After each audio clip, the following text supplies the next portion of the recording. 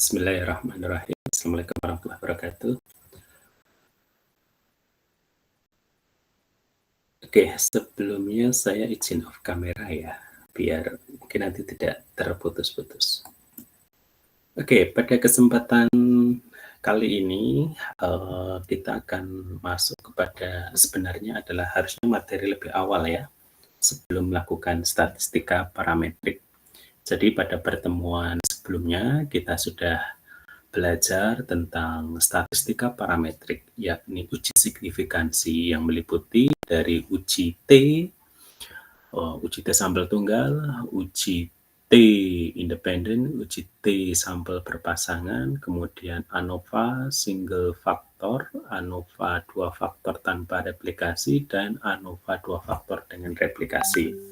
Semua yang kita pelajari termasuk statistika parametrik. Sebagaimana kita sudah sampaikan di awal pertemuan, pada prinsipnya statistika itu bisa didekati dalam dua pendekatan. Yang pertama, statistika parametrik, yang kedua, statistika non-parametrik. Yang sudah kita pelajari adalah statistika parametrik.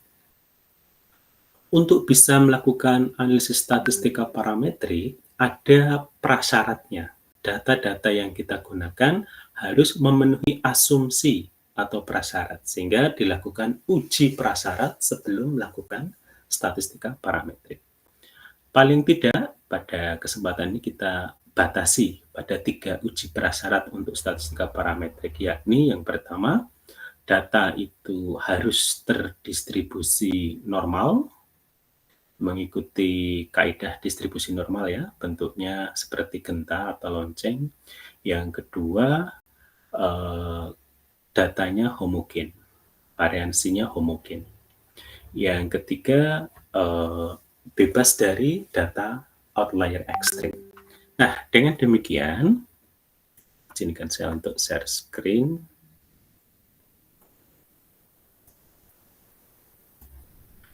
Dengan demikian, kita akan belajar tentang uji prasyarat tersebut. Ya, sebenarnya ini harusnya disampaikan di awal ya, tapi tidak apa-apa kita taruh di belakang.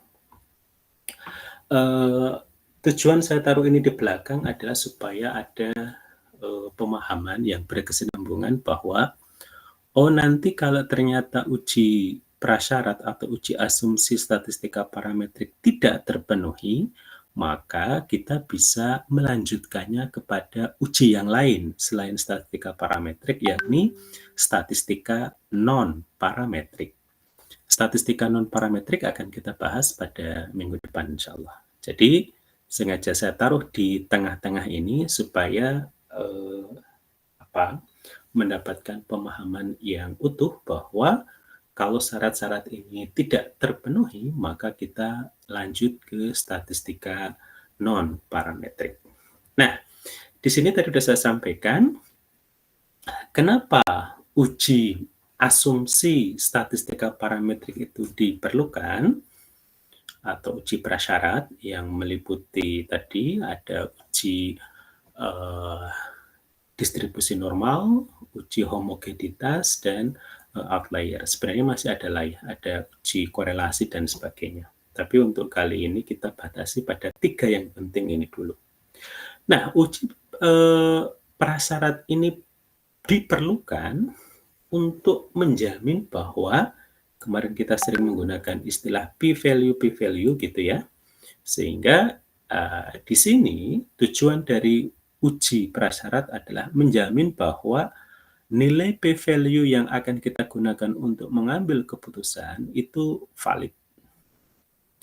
Gitu ya. Sehingga dalam ini kita bisa terhindar dari kesalahan tipe 1 atau 2, yakni menolak atau menerima H0 yang salah. Yang kedua, kita berupaya untuk mendapatkan keakuratan estimasi, yang mana rata-rata selang kepercayaan dan koefisien regresinya, tanda kutip itu benar secara statistika bila diasumsikan datanya normal dan homogen. Ini biasanya nanti kalau kita semacam membuat model regresi dan sebagainya. Yang ketiga, ini tadi yang saya sampaikan ya, mengarahkan pada metode alternatif. Maksudnya, bila uji prasyarat ini gagal dipenuhi, maka kita bisa lanjut kepada uji yang lain, yakni uji non-parametrik seperti Kruskal-Wallis, Mann-Whitney, dan sebagainya, yang akan kita pelajari pada pertemuan selanjutnya. Nah, kali ini kita akan belajar tentang apa dan bagaimana uji prasyarat itu dilakukan. Salah satunya dengan uji Shapiro-Wilk dan juga uji Levin serta uji Bartlett. Untuk apa? Yang pertama adalah untuk menguji normalitas data. Apakah data yang kita miliki ini berdistribusi normal atau tidak? Yang kedua, kita ingin menguji apakah ada variansi di dalam data-data yang kita punya. Jadi, variansi antar kelompok data atau antar kelompok perlakuan yang kita punya. Dengan bisa menggunakan uji Levin atau uji Bartlett. Kemudian yang ketiga, sebenarnya yang ketiga ini harusnya dilakukan di awal ya, sebelum uji normalitas maupun uji homogenitas, yakni mengecek apakah data yang kita punya itu ada data yang outlier enggak, data yang menyimpang dari kecenderungan kelompoknya. Ini nanti kita bisa menggunakan uji box plot, z-scroll, plot residu, dan sebagainya. Tapi di dalam contoh Excel ini, saya menggunakan uji Grabs yang kebetulan ada di software yang kita install kemarin. Gitu ya. Oke. Mungkin Anda perlu mencoba juga, karena kadangkala tampilan dari apa yang kita install itu versinya berbeda. Oke ya. Yang pertama saya akan ambil contoh di sini uji normalitas. Misal kita melakukan studi riset nih terkait dengan pengembangan katalis hidrorengkah. Nah, katalis ini digunakan untuk proses hidrorengkah misalkan minyak bumi. Kemudian diperoleh rendemen hasil hidrorengkah seperti data yang tertera pada layar, ada katalis A, katalis B, dan katalis C.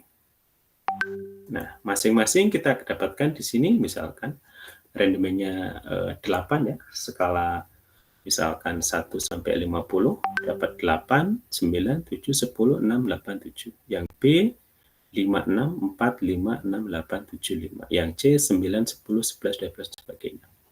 Nah, sebenarnya ini kan kita kemarin kepengen menguji apakah ada perbedaan rendemen dari penggunaan katalis A, B, dan C menggunakan statistika parametrik, yakni misalkan menggunakan uji ANOVA single factor misalkan.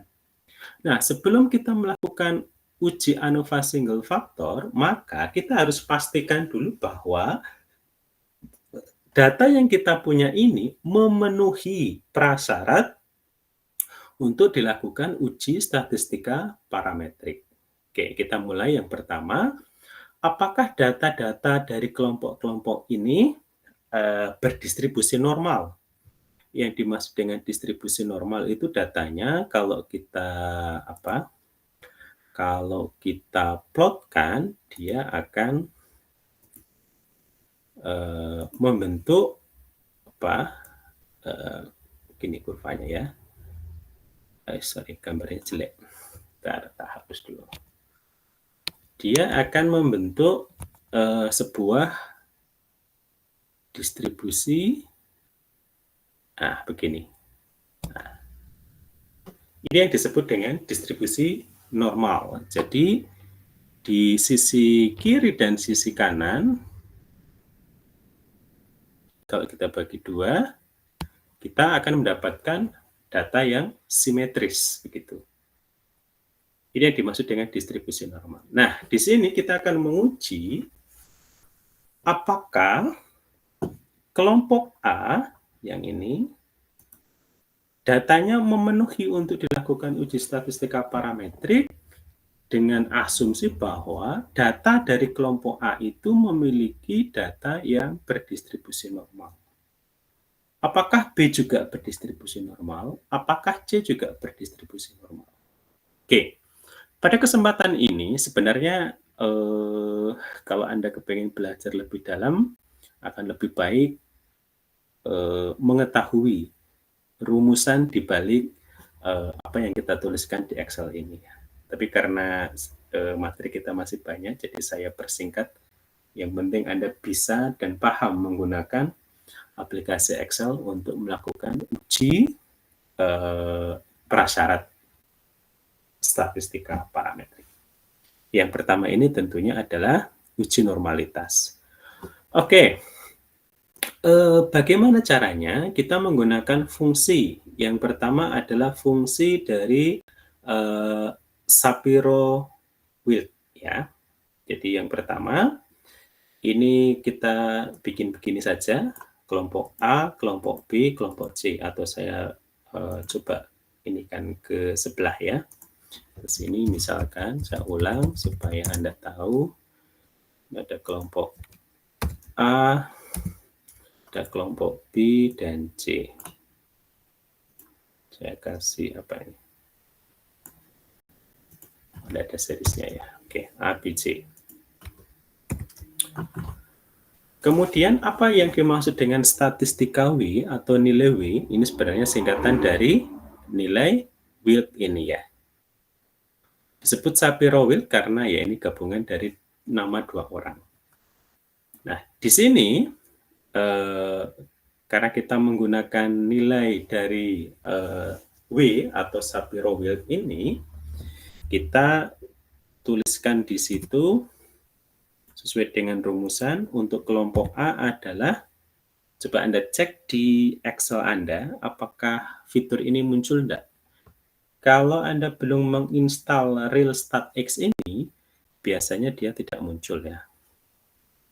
Sehingga Anda harus memastikan apakah ketika saya ketikkan Shapiro, begini, di Excel Anda muncul enggak gitu ya. Oke, itu yang perlu dipastikan. Karena ada banyak berbagai fitur ya, tidak hanya mengetik ini, tapi bisa kadangkala langsung seperti yang kemarin kita masukkan dari data analisis. Oke, kita pakai yang manual ya. Kita masukkan kelompok A pakai Shapiro dari B10 sampai B17. Kemudian kita pakai ini ya, fungsi false. Ini fungsi logika false ya, supaya nanti kita dapatkan begini. Nah, kita dapatkan nilai 0,9648 ini. Nah, untuk yang B kita tinggal ganti saja di sini. Yang B datanya adalah yang dari sini ke sini. Oke. Yang C juga sama, tinggal kita ganti yang dari sini ke sini. Nah, itu kita sudah mendapatkan nilai Shapiro-Wilk-nya.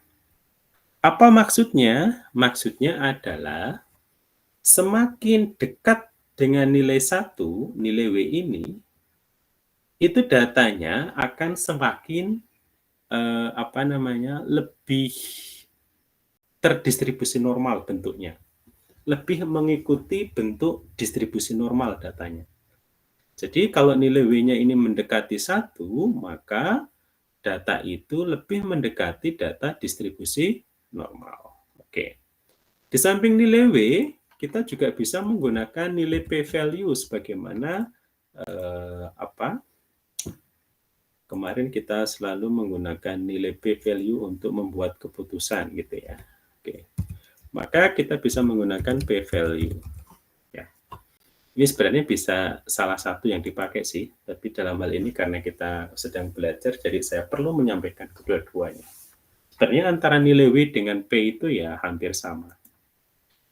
Oke, nilai P-value di sini kita menggunakan Shapiro-Wilk test, atau kalau di situ kita menggunakan fungsi SW, cari yang ada SW test, ya ini bawah ya, SW test. Nah, SW test ini kita klik yang kelompok A, kemudian pakai fungsi logika false 2 kali. Ada yang salah ini, salah ngetik.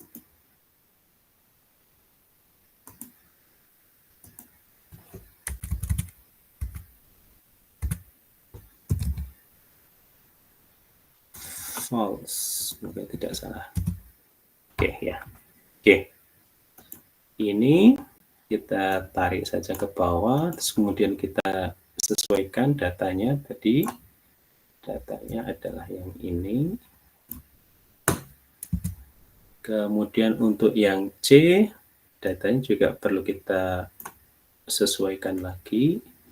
Yang ini. Oke. Ya, kita dapatkan nilai ini. P-value dan nilai W. Sebenarnya dari nilai P-value kita bisa melihat, ya, interpretasinya adalah jika value lebih besar daripada nilai alfa, begitu, maka H0 diterima. Intinya kan kemarin seperti itu. H0 diterima artinya bahwa datanya berdistribusi normal. Kalau kita lihat di sini kelompok A, P-value-nya 0,8 lebih besar daripada 0,05 ya. 5% itu 0,05 yang kemarin yang kita masukkan tadi. Pada taraf signifikansi 0,05, oh berarti kelompok A datanya berdistribusi normal. Oh artinya memenuhi syarat untuk dilakukan uji statistika parametrik.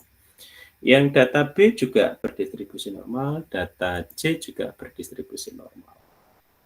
Loh Pak, kalau dari nilai P-value saja bisa diketahui, ngapain kita menghitung nilai W, begitu ya.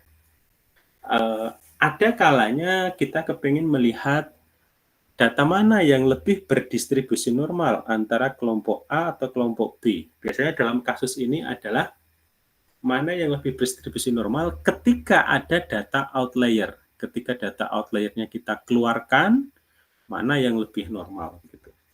Meskipun ininya bisa nilainya sama. Tapi kalau misalkan di sini ada kayak gini misalkan kasusnya ya. Kalau ini kan kita hanya bisa mengambil nilai bahwa 0,8 lebih besar daripada 0,05 artinya bahwa datanya berdistribusi normal. Tapi kalau kita bandingkan misalkan ini 0,96 kelompok A, kelompok B, kelompok C, maka antara kelompok B dengan kelompok A datanya lebih berdistribusi normal yang kelompok A. B dengan C lebih berdistribusi normal yang kelompok C. A dengan C bentuknya relatif sama. Hanya itu saja sebenarnya. Tapi secara keseluruhan dapat kita simpulkan bahwa ya dari nilai P-value ini ketiga data ini berdistribusi normal. Sehingga kita bisa membuat kesimpulan dari nilai P-value ataupun dari nilai W tadi. Ini saya tuliskan dalam nilai P-value ya, supaya konsisten maksudnya.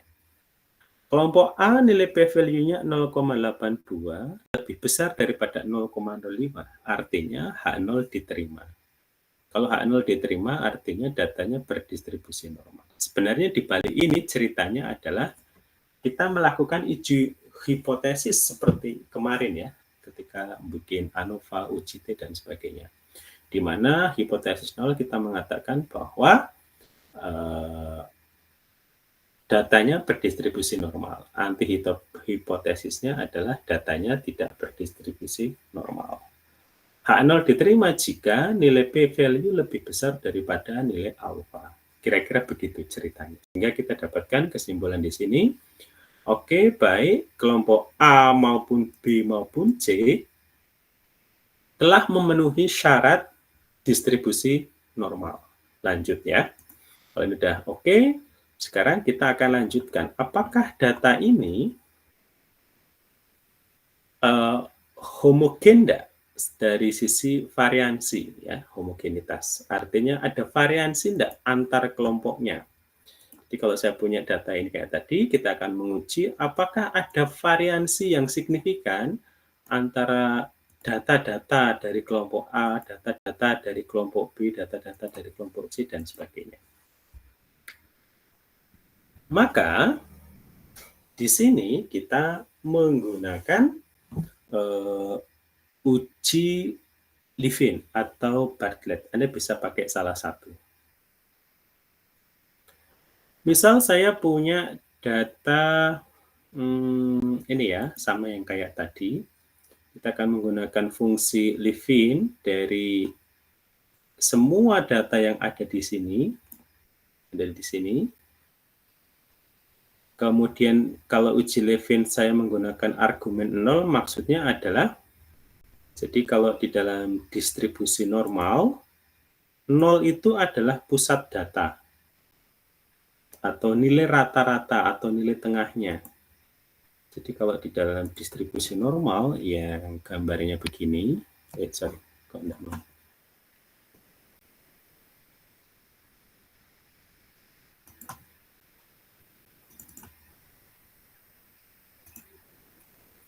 Yang dia punya distribusinya begini, maka titik tengah yang ada di tengah ini adalah nilai 0. Yang sini negatif, yang sini positif. Gitu. Nah, artinya nilai rata-rata itu ada di tengah itu tadi. Itu yang dimaksud dengan argumen 0 di dalam fungsi Levin tadi. Oke, di sini kita kalau menggunakan uji Levin test, seperti biasa, Anda bisa mengetes di Excel Anda, muncul enggak fungsi-fungsi seperti kalau saya ketik dengan Levin test, oh ini ada Levinnya keluar, begitu ya.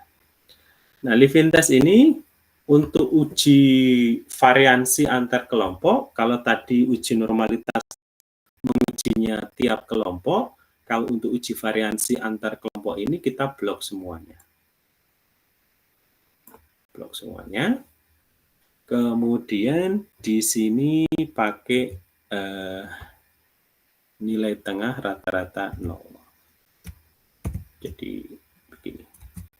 Nah, nilai 1. Lalu bagaimana mengambil kesimpulannya? Kita bandingkan terhadap nilai alfa 0,05 ya. Anda bisa pakai 0,01 dan sebagainya. 0,05 atau 5%. Ini ya, nilai Levin testnya itu 1. Nilai alfanya 0,05. Karena nilai Levin testnya itu lebih besar daripada nilai alfa, H0 diterima. Gitu ya. Ini sebenarnya sama kayak yang di depan tadi. Artinya kalau H0 diterima, berarti datanya homogen. Oke. Coba kita menghitung dengan metode Bartlett. Nah, Bartlett itu hampir sama sebenarnya. Kita cuma mau menguji apakah fungsi-fungsi Levin atau Bartlett itu sudah muncul di data Anda atau belum.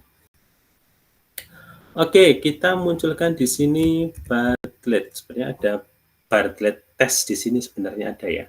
Tapi saya pakai yang ini saja dulu. Nah, Bartlett testnya sebenarnya ada sendiri.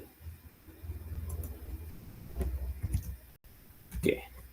Nah, didapatkan angka yang 0,998. Ini kalau dibulatkan juga hampir sama seperti uji Levin ya, 1. Nah, kita bandingkan terhadap nilai alfa 0,05. Karena 0,09 itu lebih besar daripada nilai alfa, maka H0 diterima. Oke, artinya datanya bersifat homogen. Variansi antar kelompoknya itu tidak signifikan. Itu yang dimaksud dengan uji homogenitas variansi. Untuk melakukan uji ini, misalkan uji Levin atau uji Bartlett, itu kadang ada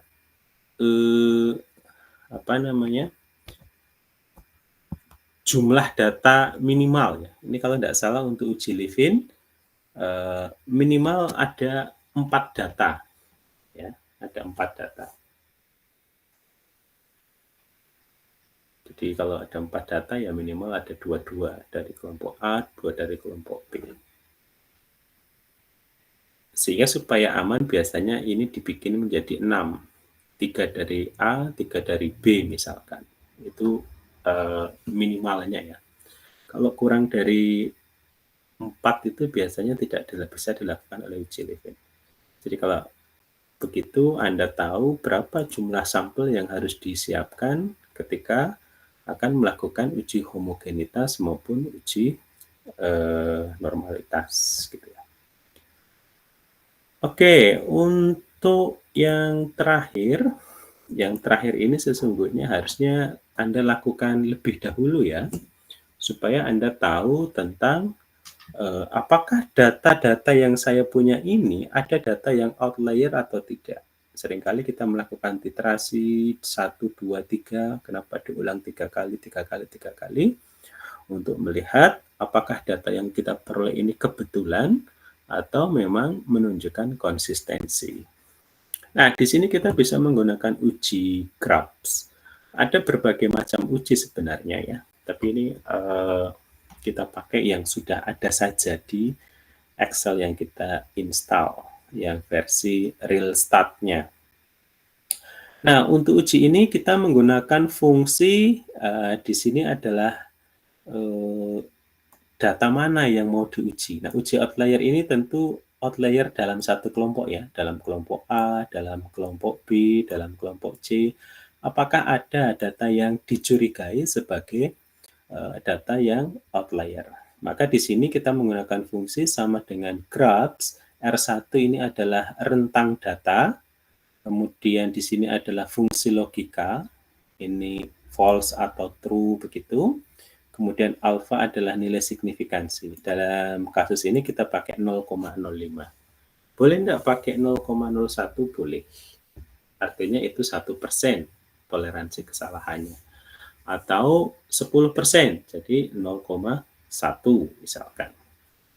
Yang nanti outputnya menghasilkan data outlier yang dicurigai, nilai grab perhitungan, dan nilai grab kritis. Kemudian yang terakhir adalah kesimpulan.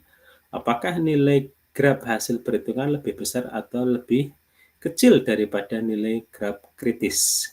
Akan tertulis yes jika dia lebih besar dan no jika G perhitungan lebih kecil daripada G kritis. Kita simulasikan, misalkan saya punya data seperti ini ya. Ada ABC, oke ya. Kita lihat datanya di sini 8, 9, 7, 10, 6, 8, 9, 7. Biasanya data-data outlier itu kalau kita urutkan itu yang mencurigakan itu yang ada di ujung-ujung. Bisa yang nilainya paling kecil, bisa juga yang nilainya paling besar.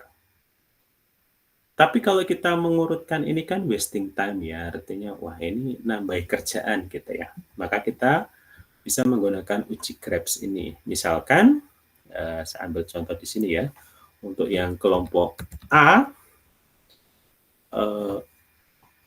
kita ragu-ragu nih, antara yang 10 atau yang 6, kan kira-kira begitu, yang dicurigai lah ya, kira-kira begitu.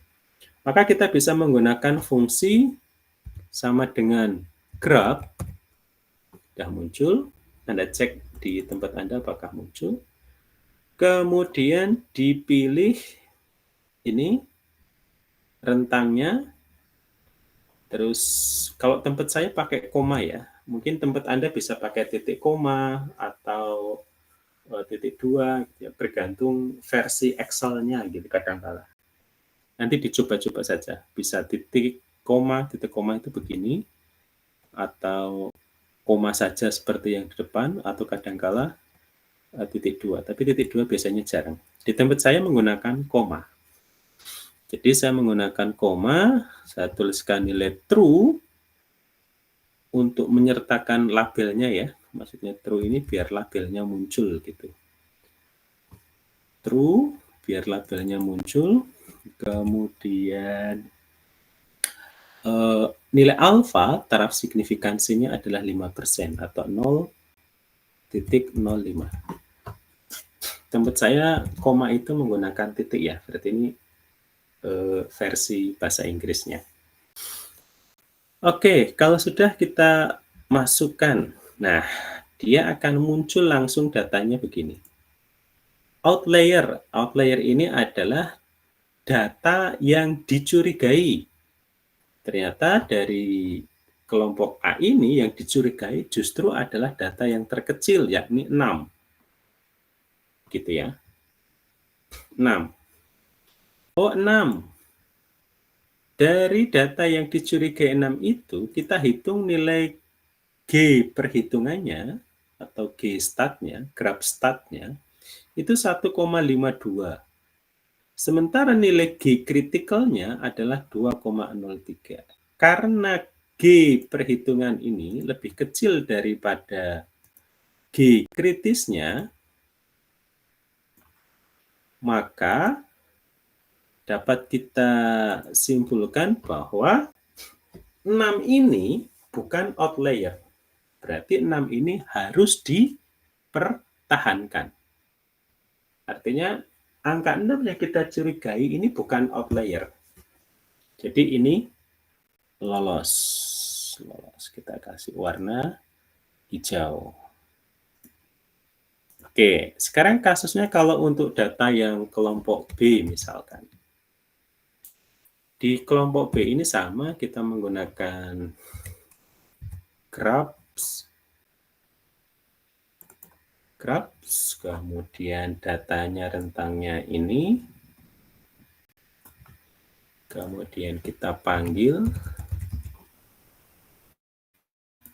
true, dan alfanya 0,05. Maka apa yang terjadi? Yang terjadi adalah yang dicurigai bukan yang terkecil, tetapi yang paling besar. Di sini kebetulan data paling kecil 5. Terbesar 17. Nah, di sini ternyata yang dicurigai adalah data yang nilainya 17. Oke. Apakah data 17 ini merupakan outlier atau bukan? Kita lihat di nilai G hasil perhitungannya dan graph kritikalnya. Nilai G hasil perhitungan diperoleh nilai 2,35, lebih besar daripada nilai G kritisnya. Artinya nilai signifikansinya yes. Artinya ini berbeda signifikan gitu ya. Sehingga nilai 17 di data kita yang punya ini termasuk outlier. Gitu ya. Pak, apakah nanti datanya kalau misalkan outlier-nya ada banyak, kita menguji lagi? Bisa. Setelah Anda keluarkan data 17 begini, misalkan yang B, Anda masih mencurigai jangan-jangan 5 ini juga termasuk gitu ya. Anda bisa tambahkan di bawahnya di sini misalkan graphs untuk data setelah 17-nya kita keluarkan. Jadi saya hanya akan ngeblok dari 5 sampai ke 7. Terus koma, panggil labelnya true, kemudian alfanya 0,05. Apakah sekarang sudah aman? Oh ya. Di sini ternyata setelah kita mengeluarkan angka 17, yang dicurigai selanjutnya adalah angka tertinggi selanjutnya, yakni 8. Ini 8. Ternyata angka 8 ini apakah merupakan outlier? Kita lihat dari ini ya, dari sini saja sebenarnya. No ya, bahwa angka 8 ini bukan data outlier. Jadi angka 8 yang di sini ini harus dipertahankan. Jadi data yang B ini hanya tinggal 5, 6, 4, 5, 6, 8, 7. Gitu ya. Ya, dari mana ya datanya? Dari ini ya. G hasil perhitungan 1,5 lebih kecil daripada G kritis 1,9. Sehingga angka 8, data 8, yang nilainya 8 ini tetap dipertahankan. Oke, sekarang kita lanjut kepada cek outlier dari kelompok yang C misalkan. Dari kelompok C ini sama ya, kayak tadi kita tuliskan crowds, kemudian kita pilih rentang datanya dari 9 sampai 10, kita kasih label true dan alfanya 0,05. Oke, mana C-nya? Ini ya. Oh, C juga yang dicurigai adalah data dengan nilai 8. 8 berarti paling kecil ya di sini ya. Di kelompok C, angka 8, nilai 8 adalah nilai yang terkecil yang dicurigai. Tapi dari data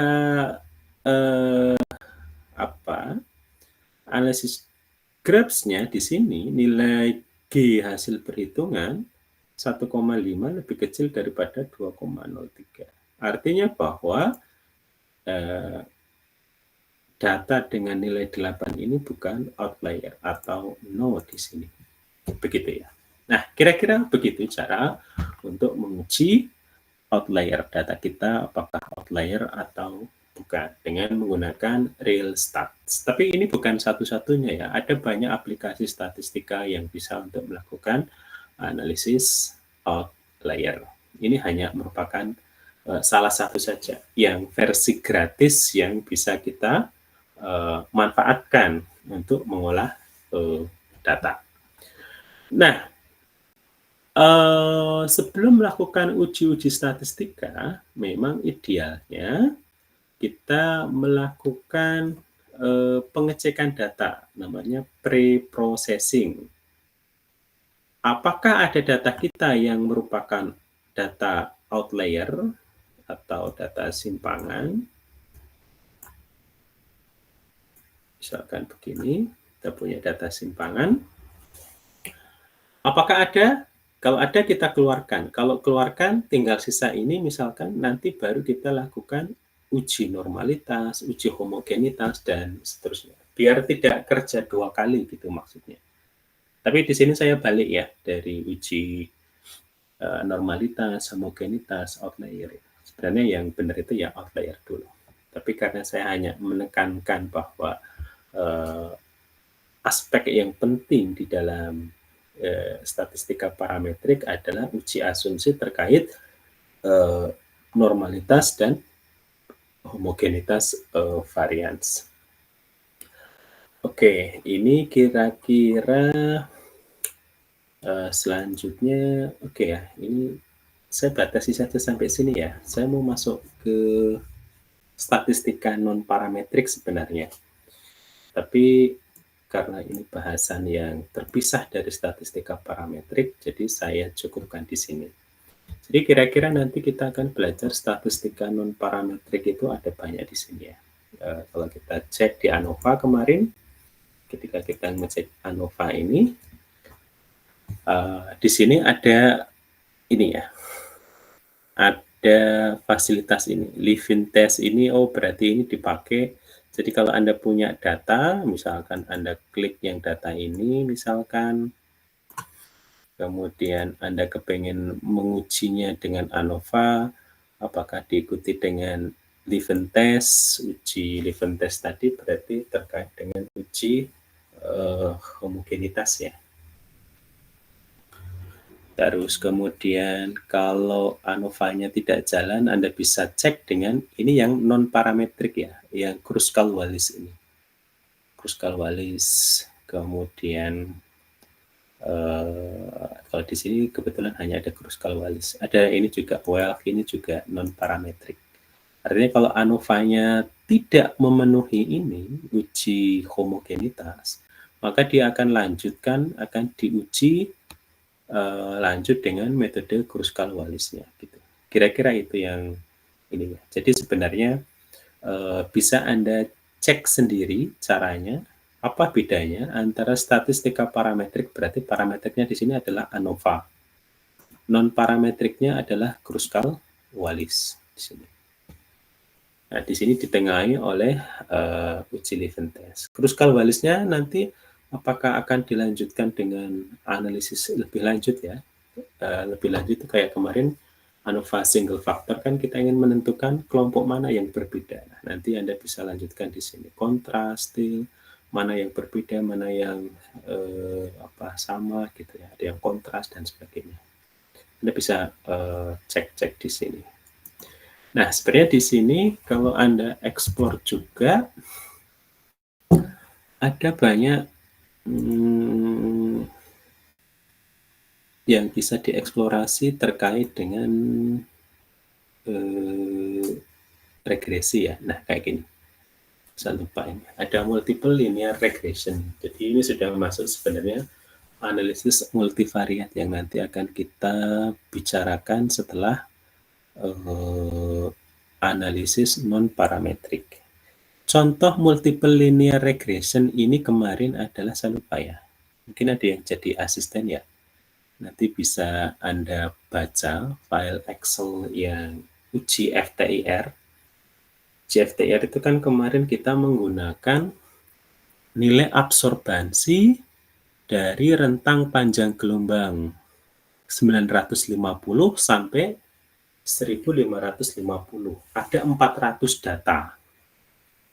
Jadi kalau biasanya Anda membuat kurva kalibrasi dengan cara begini, X-nya ini hanya ada satu, ini X, ini Y. Multiple linear regression itu yang sumbu X-nya itu tidak hanya satu. Ada X2, ada X3, dan sebagainya. Jadi nilai X-nya tidak hanya satu. Ada X-nya itu kemarin itu sekitar ada 400 nilai X begitu. Coba bayangkan bagaimana kita mau membuat kurva kalibrasi yang sebenarnya kalau sederhananya kita seringkali diajarkan begini, ini parameter X, ini parameter Y, atau paling mudahnya misalkan X ini adalah konsentrasi, Y adalah absorbansi, gitu ya. Tapi kalau di instrumen itu kurva kalibrasi itu sering dibalik. Maksud dibalik adalah kalau biasanya Anda diajari X ini adalah konsentrasi, Y-nya adalah absorbansi, kalau di alat itu dibalik. X itu adalah absorbansi, Y-nya itu adalah mana tadi? Y-nya adalah konsentrasi. Jadi kalau Anda biasanya mendapatkan persamaan absorbansi sama dengan ini gradien dikalikan dengan konsentrasi ditambah dengan intercept I. Kalau di instrumen, alat membacanya tidak begitu. Konsentrasi adalah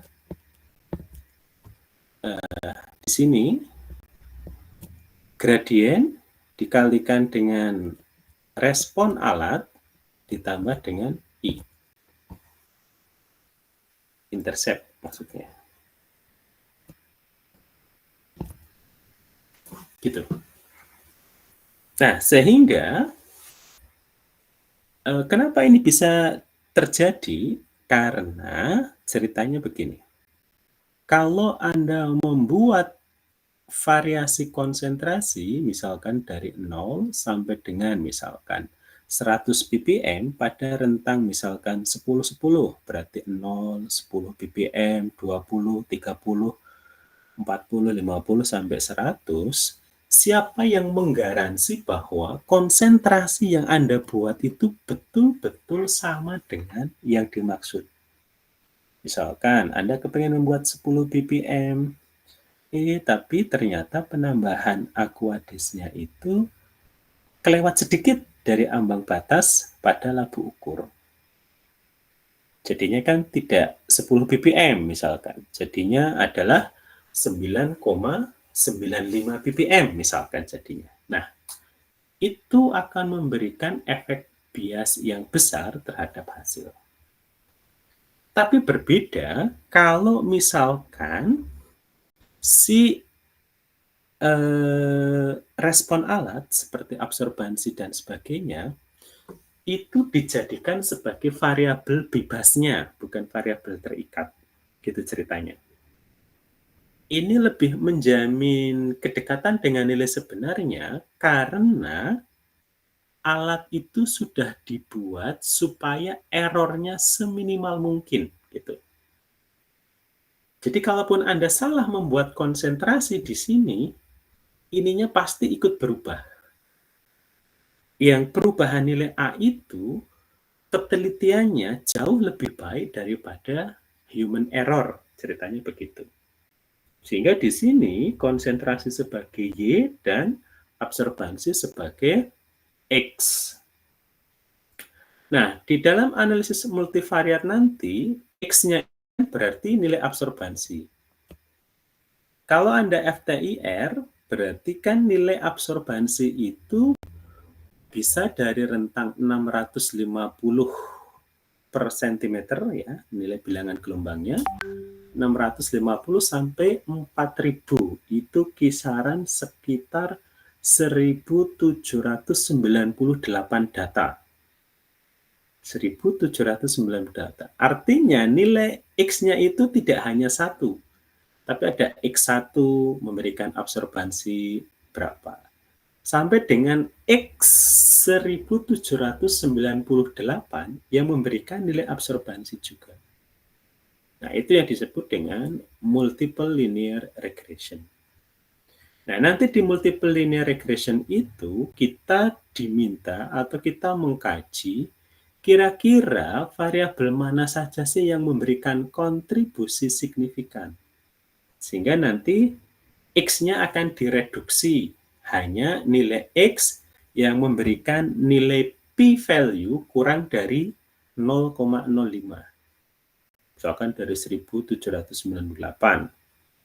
Setelah kita cek menggunakan multiple linear regression, ternyata yang memberikan nilai p-value kurang dari 0,05 misalkan hanya absorbansi pada bilangan gelombang 1400, 1300 yang jumlahnya hanya ada 3 variabel bilangan gelombang, misalkan 1300, 1400 sama 1500. Bayangkan dari 1798 dengan menggunakan model stepwise multiple linear regression, kita diberikan informasi dari sekian banyak data yang punya signifikansi terhadap persamaan regresi ini hanya absorbansi pada bilangan gelombang tertentu, hanya 3 misalkan. Atau mungkin 4, tapi biasanya jarang ya, dibikin ya biasanya maksimal 6. Kalau terlalu banyak kan juga tidak bagus gitu. Tapi sebenarnya semakin banyak variabel yang dipakai, ketelitiannya juga akan semakin besar. Tapi kan biasanya kita perlu simplifikasi gitu ya. Mana 1, 2, 3 parameter yang memberikan kontribusi yang signifikan terhadap hasilnya. Nah, itu nanti akan kita pelajari di analisis multivariat multiple regression setelah analisis non parametrik. Oke, sampai di sini ada pertanyaan? Oh, sebentar, ada pertanyaan enggak ya? Saya terputus enggak ini? Oh ya, oke. Kalau tidak ada pertanyaan saya cukupkan sekian, berarti kelas B kosong ya? Ada kelas B enggak di sini? Ada, Pak, Oh iya iya. kosong. Ya ya, jadi saya share aja ya ke kelas B. Oke, terima kasih atas kebersamaannya, mohon maaf. Terima kasih. Wassalamualaikum warahmatullahi wabarakatuh. Jangan lupa dicoba di Excel masing-masing ya, dicek ya. Terima kasih.